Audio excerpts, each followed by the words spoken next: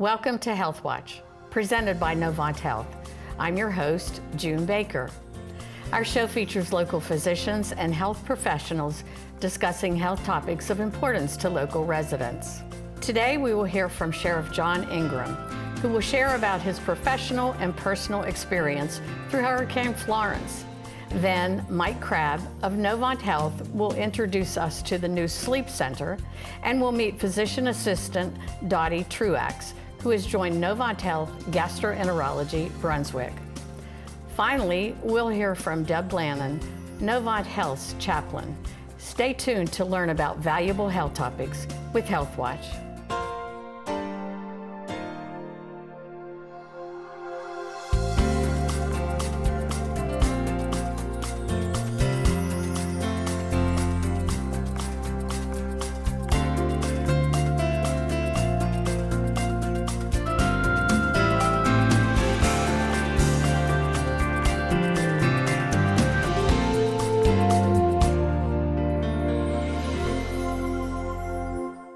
First, let's welcome Brunswick County Sheriff John Ingram. Sheriff Ingram, thank you so much for joining us today. What a pleasure to have you. And I know that over these past couple of months, it's been really hard on you and your team. So I am so thankful that you took time out of your day to be with us. Yes, ma'am. Thank you for having me. Well, you are quite welcome.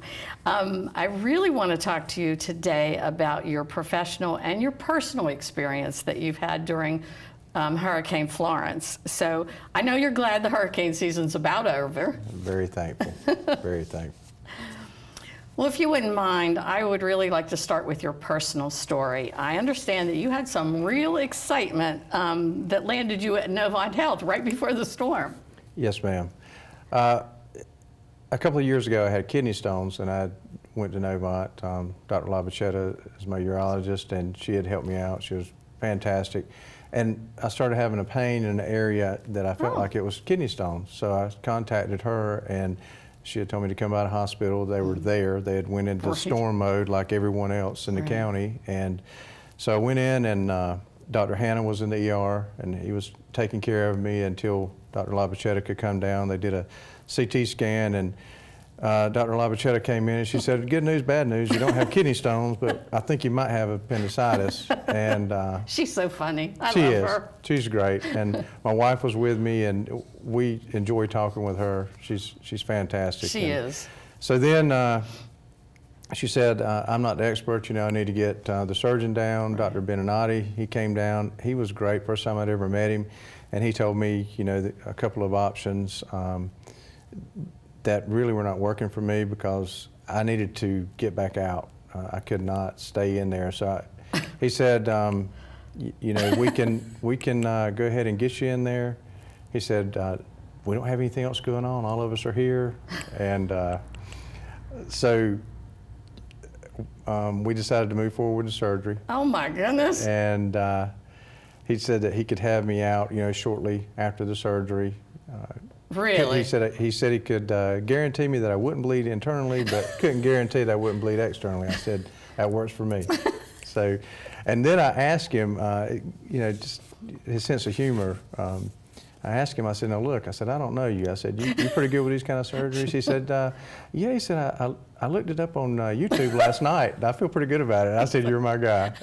He's so funny. He is. And so they took me back, and the anesthesiologist and the folks assisting him, they were fantastic, and that was the last thing I remember until they were waking me up. Well, that's good. But I can't say enough about the care and treatment, and I don't think it had anything to do with me being the sheriff or my personal situation that I needed to get back out. I think it's the commitment that Novant Health and all of the folks there, are, the commitment they have to the public and taking care of the people that come in for whatever reason, and it doesn't matter who you are or where you're from. It's just a great group of people, and I feel very comfortable going there for anything. And especially now, I mean, he was able to get me on my feet. Everybody asked me, well, how did you do that so quickly? I still can't believe you went right back to work. How long were you out of commission? I think from the time they took me back until the time I was at the office was a little under 3 hours. You've got to be kidding. And my wife was there with me. She drove me. Was she having a conniption fit? She held up well. She was my rock during all of that. But got me back to the I'm office. sure she wanted to put you in a car and take you right home, but She knew the situation though, and during a situation like that, when Right. the county needs me, I'm not going to be out of commission if I can help it at all, because that's my job. Right. I'm there to take care of the county, and I didn't want people to know I was there. We kept it quiet. I know it was very quiet. I didn't want people to think that I was going to be out of work or not involved in dealing with this storm and the aftermath at all. And fortunately, I was blessed with being able to, number one, have a reason that kind of made me go there in the first place, even though it wasn't really what I was thinking, because it could have been really bad. If I'd have continued on, he said it could have ruptured, and then I may not have been able to get to the hospital, Right. given the circumstances of the storm, Yeah. even with the resources that I would You have had. have. So I'm very thankful that and blessed that I got to that point when I did, and to have a team in place that, like at Novant with Dr. Beninati and all of the group, the whole group there. I mean, they were fantastic. And again, I can't stress it enough. I don't think it has anything to do with me being the sheriff or who I am. I think it's just their commitment and their passion for taking care of this community, and I'm thankful we have them in place. Well, I want to talk a little bit about your team and the amazing work that they did taking care of the folks in Brunswick County during that hurricane. Tell me a little bit about what all that entailed. What all did you have to do during that? Well, naturally, we plan for things like this Right. year round, but during this storm, it was unlike anything I've ever seen. It has to be the most significant storm to hit this county since I've been alive, and it cut our county up into 4 locations at one time. It was almost like 4 islands. But fortunately, we had planned enough in advance to have resources in those areas to be able to address whatever needs or concerns were going on. During the course of that storm, we had 6 different either vehicles or businesses or homes broken into by people trying to take advantage of the situation, and our deputies without fail made an arrest in each and every one of them. One person got away from us, and we were able to apprehend him the next day, and the only way we could get him to the detention center was flying with the helicopter, and we give him a first-class flight special ride to the detention center. But our folks, they were able to adapt to things that we had not anticipated before or had never seen before, and work flawlessly. I am so proud of the group of men and women that I work with and the other first responders. It's not just the sheriff's office. Right. We work hand in hand with emergency management and the EMS and the fire departments and all of the first responder community, the different departments within the county government, coming together to make sure we work as a team. And I think that we demonstrated our commitment to taking care of this county and being able to work together to accomplish that mission. And I'm so proud of all of the efforts made by the men and women. And I saw folks in our agency that lost everything, lost their entire homes, and they never stopped working. That's what I think are the heroes. They never stopped working. They continued serving and protecting without regard for what they were going through personally. their own situations. To make sure that the citizens of this county were taken care of, and I'm so proud of them. And rightfully so. I've heard some of those stories, and it just brings tears to my eyes how they lost everything, but they were out there on the front lines working and letting their family and everybody else had to deal with it, but they did their job. They did. They did their job. And we're blessed to have a group of men and women like that serving our community. We are. Not only in the sheriff's office, but all of our first responder community. And if you think about it, our various county departments, water department, I know. they're still faced with a lot of challenges. They're still out there working, and we just have such a good group, and I have such confidence in our county manager, Ann Hardy. She does a fantastic job. She has to be one of the most dedicated professionals I've ever seen. Yeah. And our county commissioners working hand in hand to make sure that all of the efforts were supported. So I'm very thankful for that. Yeah, we are too. We are too. Well, I can't thank you enough for being here today. It's been a pleasure to have you. I love talking with you, and I want you to come back because you have such great stories. So I really want you to come back sometime. Yes, ma'am. But I wish you the best. I hope you're recuperating well and that you'll be fine, and hope for no more hurricanes this year. We'll see. No more storms. No more storms. Yes, ma'am. Well, thank you so much, and please come back and visit. Thank you. You're welcome.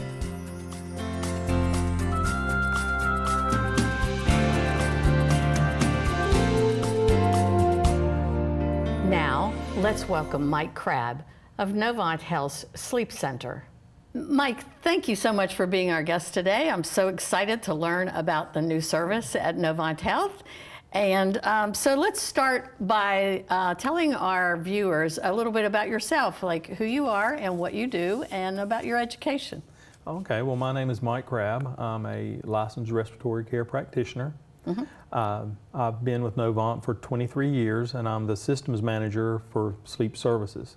My primary background in healthcare is on the acute care side. Does that mean you worked in the hospital? Worked in the hospital as a respiratory therapist and managed cardiopulmonary, cardiovascular, neurosciences, and then kind of grew into sleep. And then in 2016, I took over responsibility for operations for sleep services corporate-wide. So that's why we're here today. We're going to talk about the new sleep center that's opened at the hospital. And I understand that you were very instrumental in opening that new center at the hospital. So let's talk a little bit about that. Yes, we did. Last night was actually our first night that we were able to see patients. Plans have been in the works for some time. Shelburne Stevens, the president there, has always had an interest in sleep, and it's just been logistics, getting things worked out. And as the environment has changed and the need has grown, we've decided to go ahead and move along with what we had. Now's the time, huh? And we implemented 2 beds there in the hospital. That's one of my questions. So it's right in the hospital? Yes, ma'am. It's on the 2nd floor. And what this does, being hospital-based, gives us the ability to handle a higher acuity patient. This gives us the ability now with payers and their requirements for in-lab studies for the patients that are coming in with comorbidities. I see. Congestive heart failure, unregulated or treated, but Not unstable, diabetes, hypertension, COPD, stages 3 and 4 COPD. We can offer those kind of services, as well as neurological disorders where patients may need requirements with lifts or other type of aid. We can provide all of that in a hospital environment to where in a standalone facility, you can't do that. And certainly as opposed to a home study. You couldn't provide. Oh, no. The home study would be, that patient would pretty much, that would not be the appropriate modality for them. So there are it's just more than snoring. There are other conditions that would be treated or studied here in the hospital. Is that correct? We are a fully accredited, full spectrum sleep disorder center. Of course, the most common thing that we will see is obstructive sleep apnea, which is typically where you get the people snoring. A lot of our patients come in, you either fix him or he's staying on the couch forever kind of thing. That is by far the most common. That's in my house. We see that is a large number of the patients we see, but then it also comes with patients, and what they're seeing more and more, your patient that comes in, they're chronically fatigued, chronic headaches, like we said, weight loss, and you can't lose. You're doing everything you can, but you just can't, it shouldn't, things aren't responding in ways where your metabolism cannot function if you're sleep deprived. In the presence of sleep apnea, whether it be central or obstructive, your metabolism can't regulate, your oxygen levels can't regulate, you're not resting. There's no restorative time at all I see. So you're just tearing down, and your body goes into conservation mode. So you're going to store fat because your body's in a constant state of stress. Now, we can tolerate that for a long time. Yeah. But as we get older, things start to catch up with us. And that's when you start to see, or you're at the doctor and you're on your 3rd blood pressure medication. Yeah. Well, you need to think now, okay, then sleep. You're not going to regulate your blood pressure. You're not going to regulate your A1Cs and blood sugars if you're not sleeping. Does it require a physician referral? It does require a physician order. Okay. Now that's going to be all according the pathway the order's coming from, your insurance and things like that. It does require a physician's order. Some payers, this is where I would recommend everyone check with their own payer up front. It may require a referral from your primary care to the specialist. Or it may be, if it doesn't require that referral to the specialist, your primary care doctor can just order the study and have a specialist follow. Or if your primary care physician is comfortable, then they can order the study and review the results. So I guess you would talk to your primary care about your situation, whatever it might be, and then they could probably just refer you to for the sleep study. Talk to me a few minutes about the patient's experience during the sleep study. How does what happens? It's painless. No needles. You are hooked up to a lot of different electrodes. You're looking at full EEG, the impact it is having with your brain as far as sleep itself. You're looking at limb movement like we just discussed, so you have things hooked up to the muscles, your arms and legs. We're looking at respiratory effort and your heart. All these things are impacted and tied together. So you have quite a bit of equipment hooked to you, but it's not, you're aware, it doesn't hurt, it's not uncomfortable. A lot of people say, well, I will never sleep.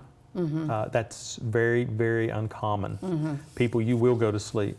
And the good thing about it is, even if you don't sleep 6 or 7 hours, your sleep patterns and those things, they're going to occur. When you do go to sleep, you go through your cycles of sleep, your condition is going to show itself. Well, I think that's really exciting, and I'm really glad to know that we now have this service here in Brunswick County.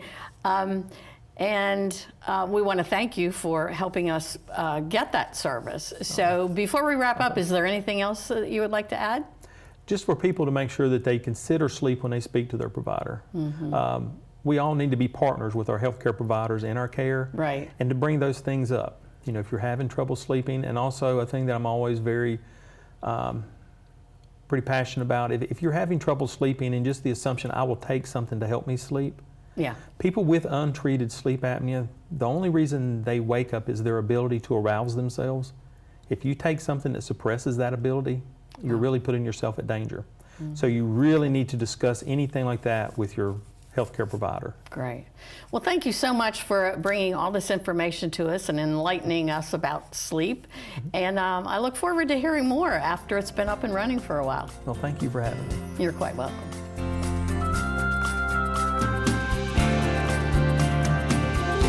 Now, let's welcome Dottie Truax, Physician Assistant with Novant Health Gastroenterology, Brunswick. Dottie, we're so glad to have you on the show today. Well, I'm very happy to be here. Great. Well, before we start, I'd like to learn a little bit about you. So tell me about some of your work experiences. So I just recently have come to the area from Charlotte, where I was a PA there for the last 23 years, actually. Oh, my goodness, yeah. I spent the last 13 years working for a group of anesthesiologists. Oh. Nice. And before that, I worked for a group of cardiac surgeons. So you have a lot of diverse experience. Yeah. Some great experience there. Yeah. Well, I'm curious, what led you to this area? Well, my husband and I always planned on ending up in this area. Yeah. We've been, like most people, vacationing Right. on the Carolina coast for years, and wanted to end up here. And I found a job opening, and the time was right. So Oh, that's awesome. Well, we're Here glad I to am. have you here. Yeah. Are you enjoying the area so far? so far, hurricanes good. and all. Yeah, I know. Well, I know you've joined a wonderful group, Novant Health Gastroenterology, Brunswick. Yes. So tell me a little bit about your partners.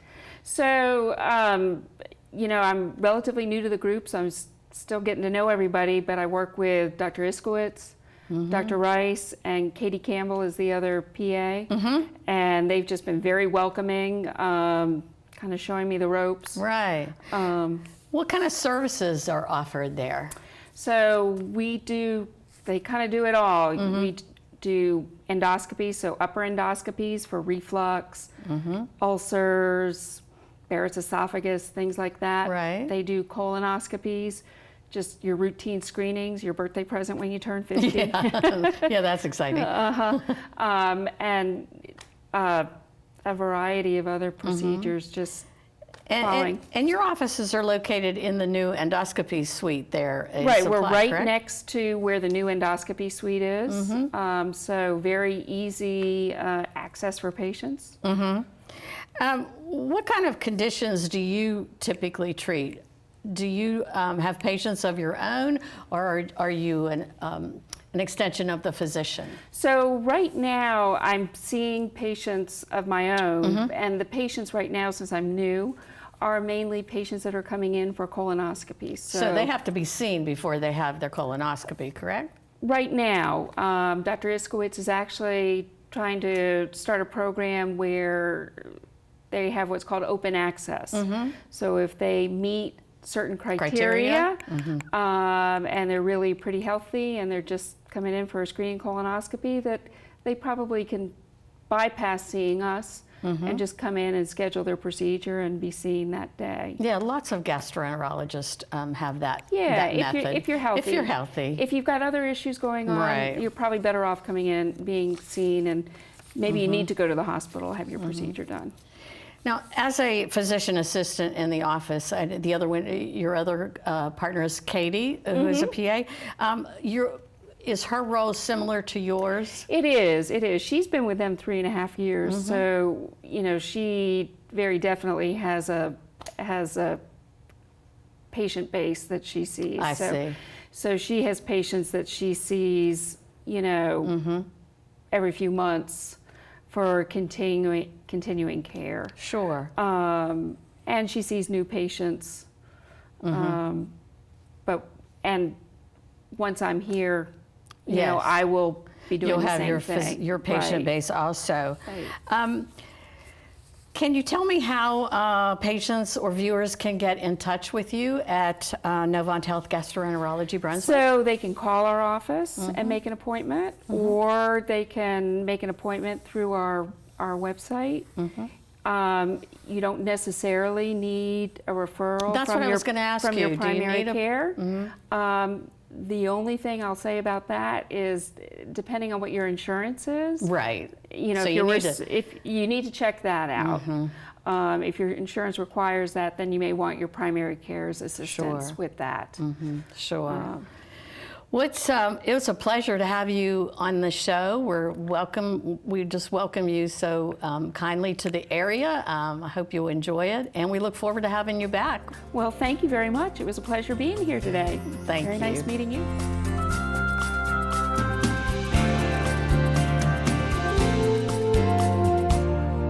Now let's welcome Deb Lannon, Novant Health Brunswick Medical Center chaplain. Deb, welcome. It's such a pleasure to have you here. Thank you. It's good to be here with you. Good. I want to start by you telling us a little bit about your role at the hospital. I am the full-time chaplain at the hospital. They've never had a full-time chaplain I before. know. Volunteers have ably taken care of our community for the last 30 years, and now I work with them, and we provide spiritual care for the patients at the hospital as well as the team members. That's awesome. Well, tell me, how do you get to be a chaplain? You have to have a Master of Divinity degree. Nice. You have to take what's called clinical pastoral education, which involves 300 hours of supervised patient contact and 100 hours of in-class work. And you need 4 of those units to be considered for a chaplaincy position now. And now you need to be board certified, which is an additional You did thing like to a do. residency or an internship or Yes. something, is that right? I did a residency at New Hanover where I did 3 of my units and worked full-time as a chaplain. Wow, that's great. Well, we're really lucky and happy to have you here in Brunswick County, I can tell you that. And so tell me a little bit about your role at Novant Health Brunswick Medical Center. What do you do? I work with patients. We have conversations about end-of-life care. We talk about whatever's on their mind. Right. I do a lot of work with patients who are anxious, Oh, yeah. who've gotten new prognosis that's not good. I work with the providers as well. They send me consults about patients they think could use a little bit of extra support.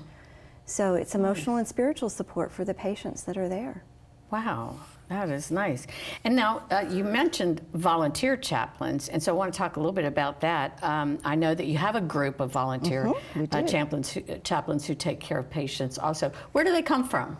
They come from all over the place. We have some active ministers. We have some retired ministers. We have some lay folks who's had some training with Stephen Ministry and things like that. So when they come to us, they get some more training in pastoral care and spiritual care and how to interact with patients of a variety of faiths or no faith at all. We deal with meaning, not so much. We talk about God if the patient wants to, but if they don't, that's okay too. That's great. Well, you know, it's that time of year, and we're going to go into the holiday season here pretty soon, so I'd like to talk about that for a little while. I know that's a difficult time for lots of people, and in fact, sometimes it's difficult for me. So I bet you deal with that firsthand at the hospital. All the time. I would imagine a patient who's in the hospital over the holidays goes through the whole gamut of feelings. Well, yes, they're separated from families. They're not doing what they would normally do or being able to participate in their traditions. So it's a very difficult time for people in the hospital. And do you have ways of dealing with that? Or is there a book on how to grieve during the holidays? No. There is no book on how to grieve, period. Everybody does it in their own way. Yeah. And usually with patients in the hospital over the holidays, their families come in and bring stuff in. But if you're grieving because of a first holiday without a loved one, that's a different story. Or if the holidays just aren't joyous for you for some reason, and there are a lot of folks that fall into that category, it's a difficult time of year. And generally what I say to people about that, especially if it's the first of a holiday, you know, is be kind to yourself. It's going to be hard. It's going to be different. And what do you need for this time? Do you need to be with friends or family? Do you need to do a new tradition? Do you need to get away? And explain to family, you know, I can't do that. That's not something I can handle right now. Yeah. Those kinds of things. I know that in addition to ministering to the patients, you also help the folks who work at Novant Health Brunswick Medical Center. I know there's been stressful times, whether it be a hurricane or and the hurricane. I know that you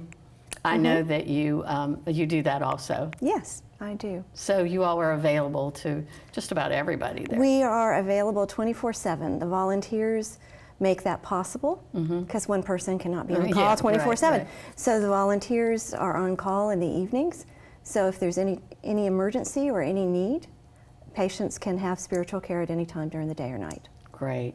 Well, before we wrap up, is there anything else that you would like to add about the holidays? Well, sometimes there are a couple of things that I suggest if people get really anxious. There are a couple of things they could try just to calm down. One is just breathe in slowly to the count of 4, hold it for the count of 4, breathe out for the count of 4. That just disrupts the kind of anxiety cycle that we get into and helps you kind of calm down. Yeah. So that's one of the things you can do. That's very simple. Very simple. You can do it anywhere. Yeah. Well, I really appreciate you being here today, and I would love to have you back because there's just so many more questions I would love to ask you. So will you come back? Anytime. Great. I'd be delighted to. Well, it was a pleasure having you, Deb. Thank you, June.